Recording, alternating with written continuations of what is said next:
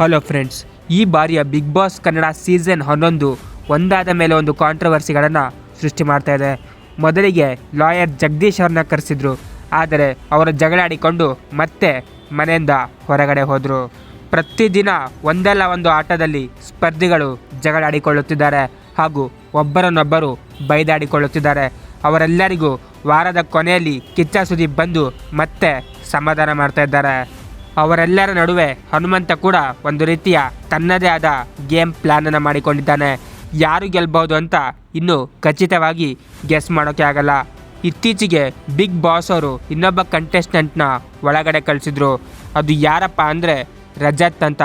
Gold Suresh ಜೊತೆಗೆ ಆ ರಜತ್ ಸರಿಯಾಗಿ ಹೊಡೆದಾಡಿಕೊಂಡಿದ್ದಾನೆ. ಹೌದು, ನೀವು ಹಿಂದಿನ ಗೇಮ್ನಲ್ಲಿ ನೋಡಿರ್ಬೋದು, ಅವರಿಬ್ಬರು ಜಗಳಾಡಿಕೊಳ್ತಾ ಇದ್ರು, ತುಂಬಾ ಜಗಳಾಡ್ತಾ ಇದ್ರು. ವಾರದ ಕಥೆಯಲ್ಲಿ ಕಿಚ್ಚ ಸುದೀಪ್ ಅವರು ಸಮಾಧಾನ ಮಾಡೋಕ್ಕೆ ಹೋಗಿದ್ದಾರೆ. ಆದರೆ ಆ ರಜತ್ ಕಿಚ್ಚ ಸುದೀಪ್ ಅವರ ಜೊತೆಗೆ ವಾದ ವಿವಾದ ನಡೆಸಿದ್ದಾನೆ. ಇದರಿಂದ ಕೋಪಗೊಂಡ ಕಿಚ್ಚ ಸುದೀಪ್ ಅವರು ನಿಮಗೆ ಇಷ್ಟ ಇಲ್ಲ ಅಂದರೆ ಹೊರಗಡೆ ಬಂದ್ಬಿಡಿ ಅಂತ ಡೈರೆಕ್ಟಾಗಿಯೇ ಹೇಳಿಬಿಟ್ಟಿದ್ದಾರೆ. ಈ ಫೋಟೋಗಳು ಈಗ ಎಲ್ಲ ಕಡೆ ಲೀಕ್ ಆಗ್ತಾ ಇದೆ.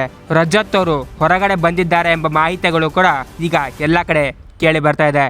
ಆದರೆ ಖಚಿತವಾಗಿ ಇನ್ನೂ ತಿಳಿದು ಬಂದಿಲ್ಲ. ಇದರ ಬಗ್ಗೆ ನಿಮ್ಮ ಒಪಿನಿಯನ್ ಏನು?